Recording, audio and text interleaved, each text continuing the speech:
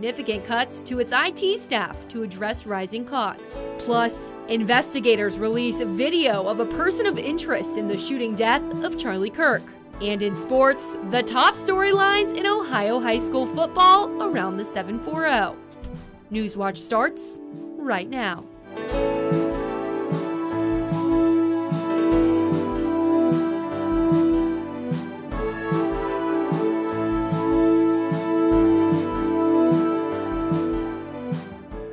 Good evening and welcome to Newswatch Friday Eve. I'm Morgan Anderson. It's a great time to be from the 740. We have the OSU-OU football game on Saturday. We've got the Paw Paw Festival open up tomorrow on Friday night.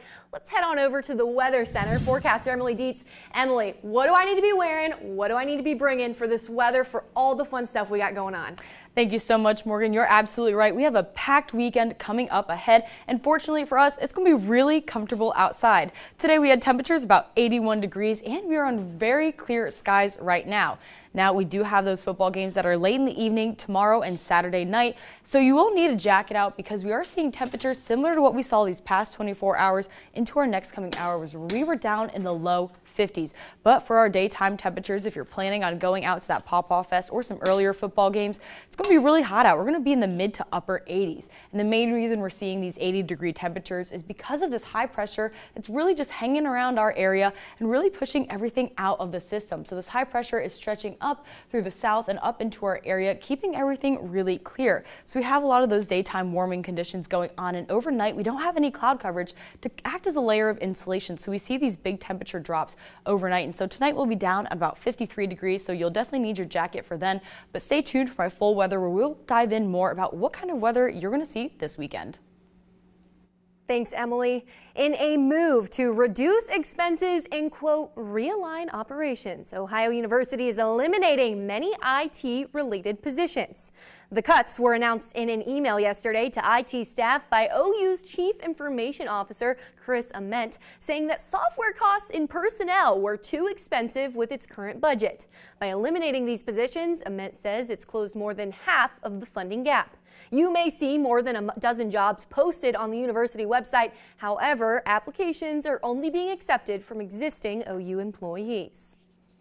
These cuts are coming at a time when it's already hard for Americans to get by. Between the high cost of living and inflation, finding a job is becoming more and more difficult.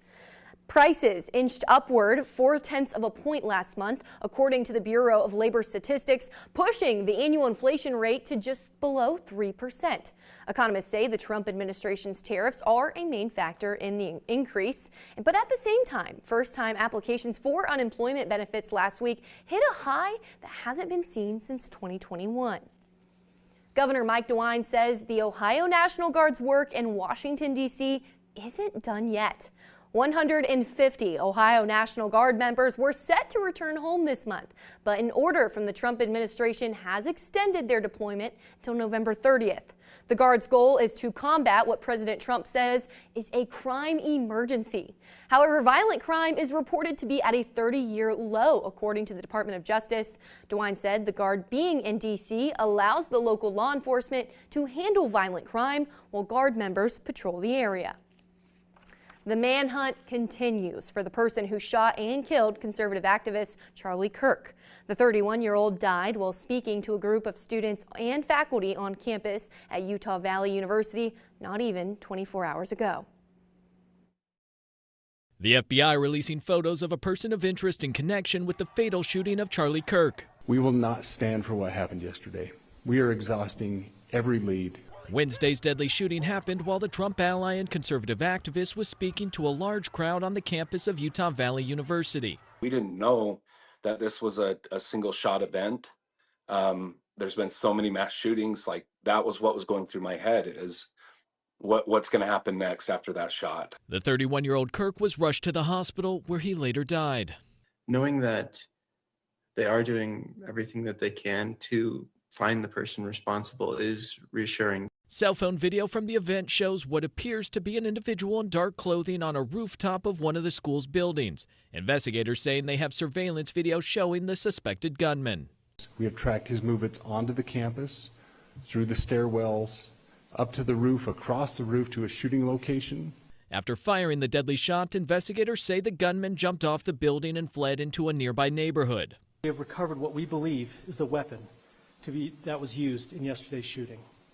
It is a high-powered bolt-action rifle. The FBI is analyzing the weapon, including, according to CNN sources, cultural phrases written on the rifle and ammunition. In Washington, Michael Yoshida.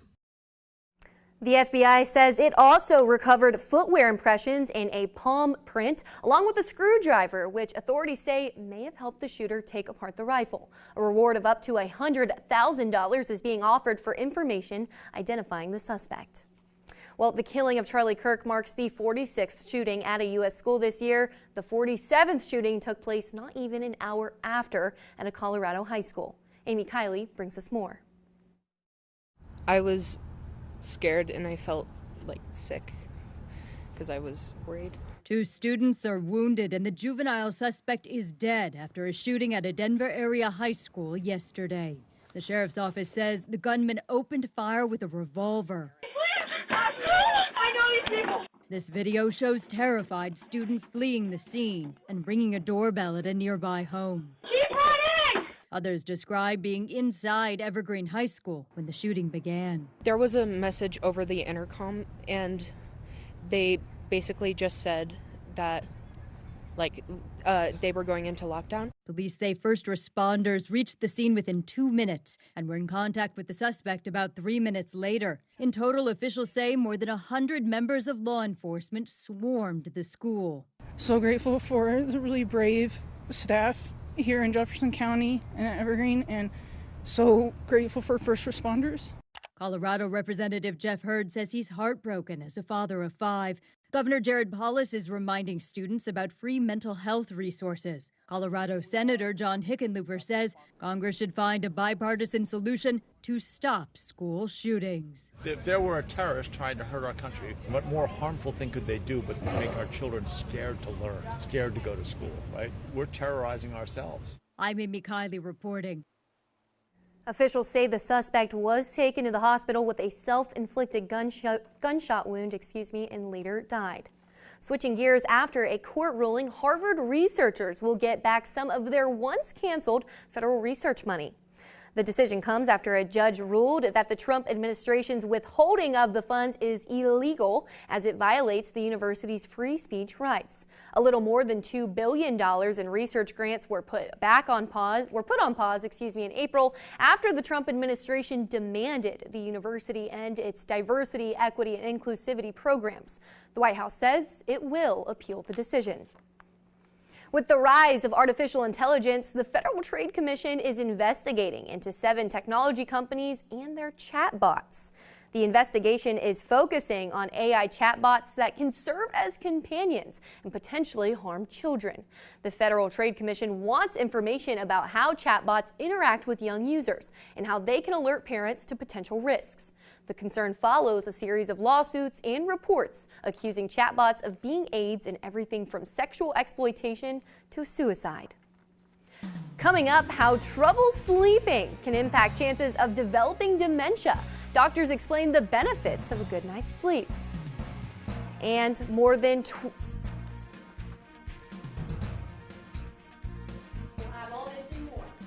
It certainly doesn't feel like fall out just yet, but we are inching towards fall just around the corner. Stay tuned to Newswatch to find out more about your weather this weekend.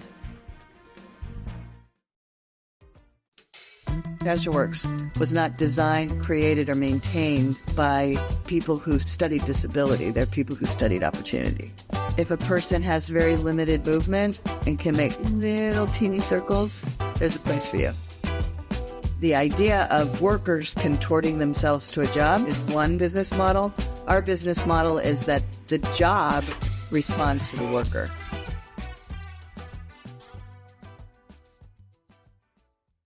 WOUB is recognizing members of our Cornerstone Society. The Cornerstone Society is a group that wants to ensure the future of public media in our region. It includes people across our area who value news, entertainment, and cultural programming, as well as the educational services WOUB provides. Also included are graduates of Ohio University who took part in the WOUB Student Professional Development Program. Thanks to the Cornerstone Society for their generous support, To learn how you can be involved, email woub@woub.org.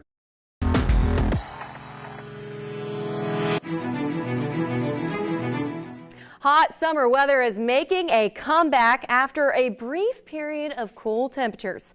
More than 90 million people in the central and eastern U.S. will have highs in the low 90s tomorrow through Sunday. These hot temperatures come after several sites experience weeks of crisp fall-like weather. And this round of late summer heat is expected to continue into next week, according to the Climate Prediction Center.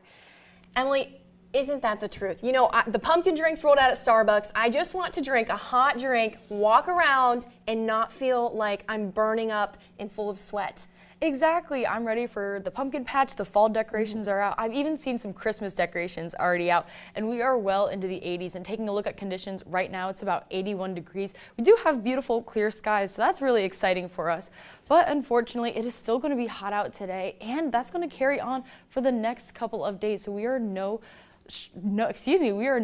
further away from getting closer to fall. Now, the main reason we're seeing these temperatures into the 80s is due to this high pressure that's been sitting over our area and down to the south a little bit. This is just really clearing up those skies, causing a lot of that sunshine to come in, allowing for a lot of daytime heating to happen. Now, taking a look out what's going towards the western part of the U.S., we do have this really nice warm front right along this low pressure system. Now, usually this means we're expecting rainfall or some other sort of weather, but unfortunately that's going to continue on above us, and we're going to instead see this high pressure start to settle into our area. So really interesting, you can see right along where that band of warm air really is, stretching up from the Gulf and just moving right into the Great Plains area. Now, we are seeing temperatures in the upper 90s for those Great Plains. Unfortunately, that won't be us. We'll just be seeing the upper 80s, maybe a little tease into the 90s, but for the most part, we're going to be really warm this week. Now, tonight, since we have those clear skies, we are going to see an overnight low of about 53 degrees. We are expecting clear skies as well, so good night to get out and look at some stars if stargazing is your thing.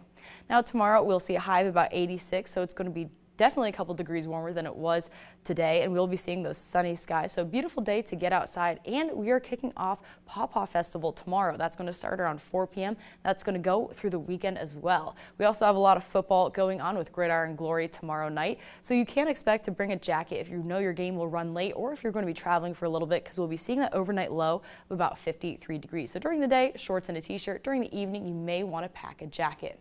Now, as we go into tomorrow, again, like I said, we're going to see this high pressure hang out in our area, and over to the west, that low pressure is going to continue to move up towards the north. So that way, when we move into tomorrow, this really isn't going to be moving towards our area at all. We're just going to see that again, moving up towards the north, away from us, over the Great Lakes. So they'll be seeing a lot of that rainfall, some cooler temperatures, but for us, especially into Saturday, we're going to be seeing high pressure, which is really fortunate if you are going to the OSU OU game up in Columbus.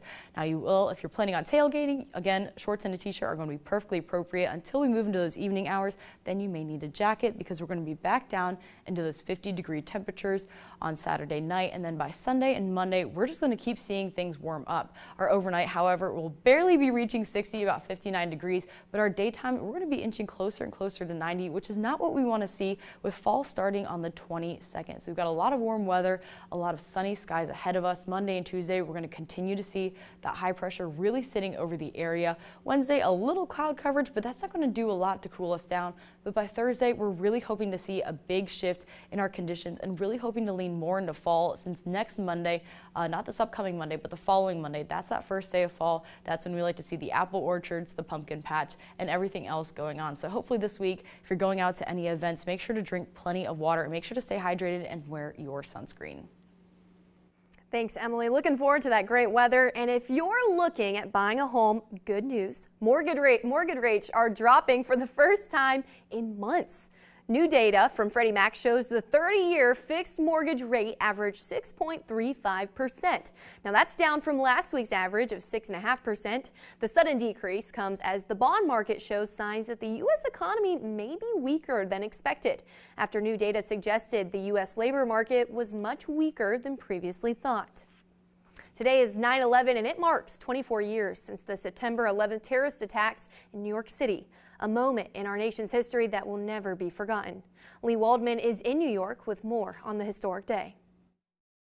My mom was just a super woman who certainly should not have been murdered in that way. It took nearly 24 years, but Paul Keating and his siblings have a new sense of closure after their mother, Barbara Keating's remains were identified. Barbara was on one of the planes hijacked by terrorists on 9/11. They asked us for the DNA when they thought that there was a chance. They found hair in a hairbrush, and she was on the short list, obviously, from the plane. Barbara's remains were identified along with 2 others last month, Ryan Fitzgerald and a woman whose family is choosing to withhold her name. It's a part of the ongoing efforts by the New York City Office of Chief Medical Examiner.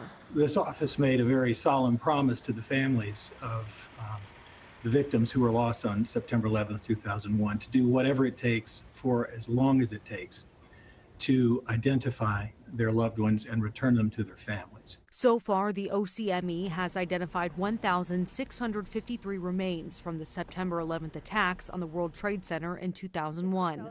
These latest identifications came from outreach to families for DNA reference samples and analysis using the capabilities of the city's DNA lab. Keating says they're eternally grateful for the work done by the medical examiner's office to bring them closure. It's amazing. And yes, they did it milligram by milligram. They're still at it. In New York, I'm Lee Waldman. Well, families with stories like Paul's are a part of the hundreds of thousands of people still feeling the impact of 9/11 decades later. And that rings true because the attacks have also had lasting effects on thousands of first responders and survivors who have been impacted with long-term health issues. The CDC says an estimated 400,000 people were exposed to toxins after the attacks. Exposure to these hazardous toxins are linked to long-term health conditions. Those include asthma, sleep apnea, and different types of cancer. Over 50,000 cancers have been linked to exposures at ground zero, an increase of 143% over the past 5 years. The World Trade Center Health Program helps provide medical monitoring and treatment for conditions certified as being linked to exposures from the 9/11 attacks, giving no-cost health care for those eligible. Well, a new study shows that trouble sleeping may raise your risk of dementia later in life. Researchers conducted brain scans and sleep assessments on nearly 3,000 people over 5 years. They found that those with insomnia faced a 40% higher chance of cognitive decline. However, those who improved sleep habits didn't see the same risks. Doctors say good rest is essential for memory, emotional health, and even clearing out brain waste linked to Alzheimer's disease. Next in sports, high school football week 4 starts tomorrow. When we come back, Grant Kiefer and Gridiron Glory's Josh Herner talk about the top storylines around the region. God, I'm gonna die. God, take care of my girls. I felt a jolt. You could not see your hand if it's right in front of your face. It looked like a fog coming in. I brought these people to a window and we can't get out of here. Everything came crashing down on us. This is not the way my life is supposed to go. Is this how it ends for me? Tonight at 10 on WOUB. The Electron Solar Farm. Pentagon official. With executive orders. Good evening. I'm Jeff Bennett. And I'm Amna Nawaz. I'm Margaret Hoover. I'm Christiana Manfur in London. Bring us up to speed there. Israel is vowing serious consequences. Did you get a commitment from President Trump? We have to work on it. When that story is told, it will be easier for us to see each other like the people who came before us. Today we live in a time when meaningful discourse is needed more than ever. Is this just, at the end of the day, very smart politics? It's, never compromise on the accuracy. This is the story of modern war, how it's fought and how it's changing us.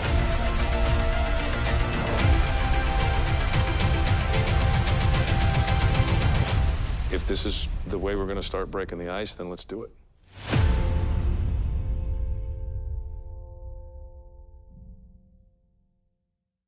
A New Deal transforms the country. Roosevelt was changing national despair to hope. And his greatest test in his weakest hour. There was the President of the United States, helpless on the floor. The conclusion of FDR, on American Experience. Tuesday at 8 on WOUB.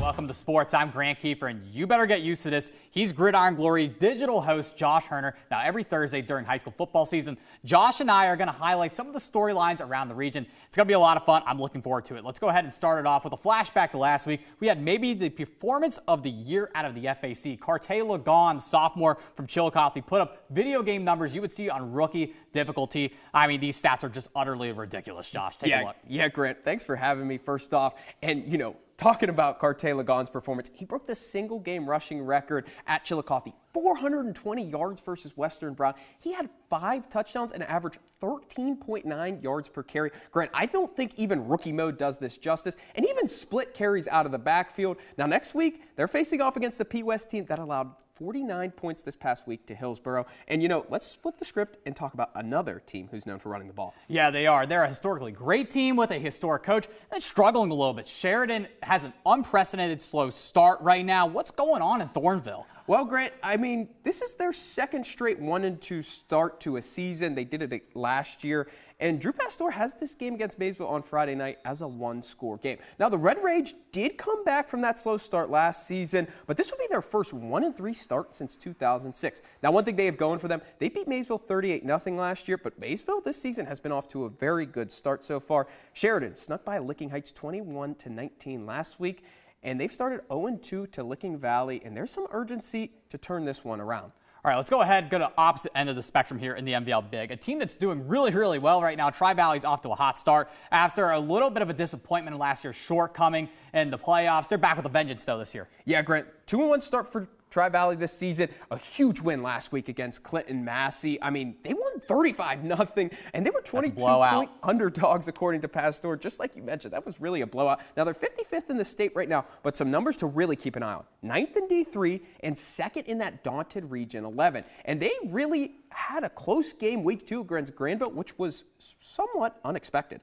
Yeah, they're playing really good football right now. All right, we're going to go ahead and close it out. Game of the week. It's a classic Southeast Ohio rivalry. Lots of history on the line. Josh, you get to be at this one. Tell me about Fort Fry Waterford. Grant, this rivalry is a great game every year, and if there's one thing Fort Fry head coach Eric Huck doesn't do, it's to lose to Waterford. Now, this is their 49th meeting all time, and Fort Fry hasn't lost this game since 2007. But this Waterford team been on a tear. 3-0 start to this season. And it's got a lot of people thinking that this could be the year. Grant, this one will certainly be a classic in the making. Hey, go ahead and check that one out Friday night, 11:30 on Gridiron Glory at WOUB. Check out all of Gigi's social medias. Check out this guy this week. We're going to go ahead and send it back to you. Still ahead, a young genius in Pennsylvania attends college classes.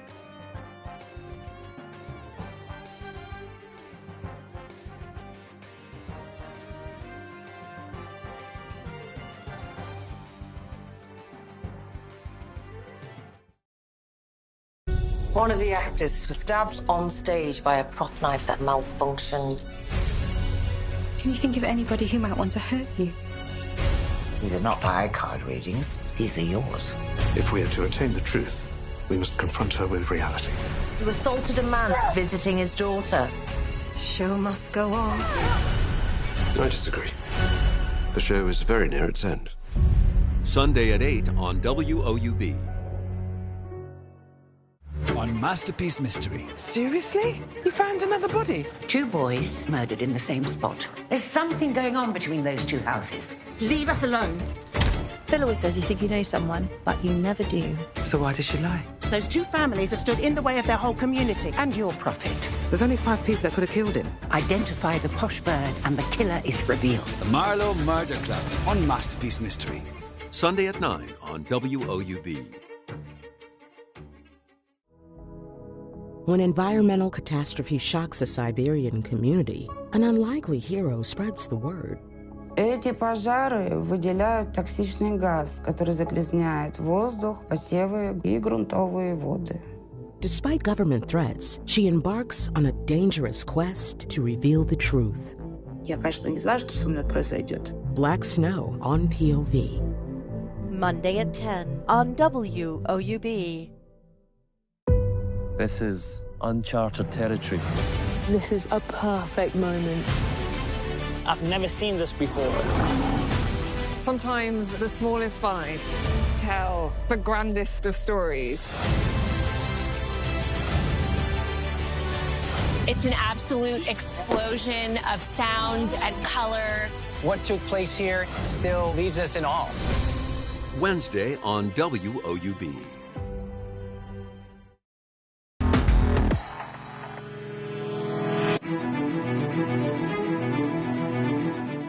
Well, a young prodigy is in the making in this Pennsylvania town. A 9-year-old boy is already in high school and taking a college class. He's doing much better than me. Walter Perez has more. Aiden Wilkins of Montgomery County looks like any other kid, but he's not. The first indication was his ability to read outdoor signs when he was 2. I could read them when most kids at my age, at like 2, could barely even speak. And Did anybody teach you to read at that point? no. You just knew how to read? Yeah, I just grasped it so fast. Then a few years later, I got a gifted test. Turns out I was gifted. Now, at the tender age of 9, not only is Aiden already a sophomore at Reach Cyber Charter High School, but he's also taking a neuroscience class here at Ursinus College in Collegeville. Aiden's mom, Veronica, says there is a specific reason why he chose that class. He plans to go to medical school and eventually become a pediatric neurosurgeon. Mainly because I was like helping people around my age. And I was always fascinated by the anatomy of the brain. Despite that, Veronica says, in many ways, Aiden is your typical 9-year-old boy who loves video games and playing soccer. But she says guiding a young, brilliant mind is anything but typical. I'm very grateful and thankful for the opportunity and be a part of his journey, right? It's all about him and his journey and me just supporting his journey. And Aiden offers wise words to those of us who miss the mark of genius. He says passion and determination will take you further than intellect alone. You can do anything, you just have to really just put the work into it. I like the way he thinks, Emily. You know what? I think he could probably give us a weather forecast while we're at it. Oh, absolutely. I really wish he could. Pennsylvania's experiencing some nice weather right now, and so are we. But all props to that kid. I mean, I'm so impressed with him. He might. I think he's going to give us a run for our money. Absolutely. Well, congratulations to him and his family for raising such a smart kid. Taking a look at what we're expecting these next couple of days, it is going to be hot out. Now, we do have fall right around the corner, but looking at our temperatures, it really doesn't look like it. We're going to be in the upper 80s, even inching close to 90 about Monday and Tuesday with a high of 89 degrees. And we're going to be seeing sunny skies these next couple of days. Once again, we do have a lot going on this weekend between Paw Paw Festival and plenty of football games. So you may need a jacket by the end of those evenings, but during the day, shorts and a t-shirt are for the win. You're going to be making sure you stay plenty hydrated because these hot temperatures are really going to dehydrate you very quickly. Thanks, Emily. That does it for our broadcast this evening. For all of us here at Newswatch, I'm Morgan Anderson. Stay tuned for the PBS News Hour coming up next. Have a great night. Enjoy the great weather. Bring that jacket, according to Emily. We'll see you tomorrow.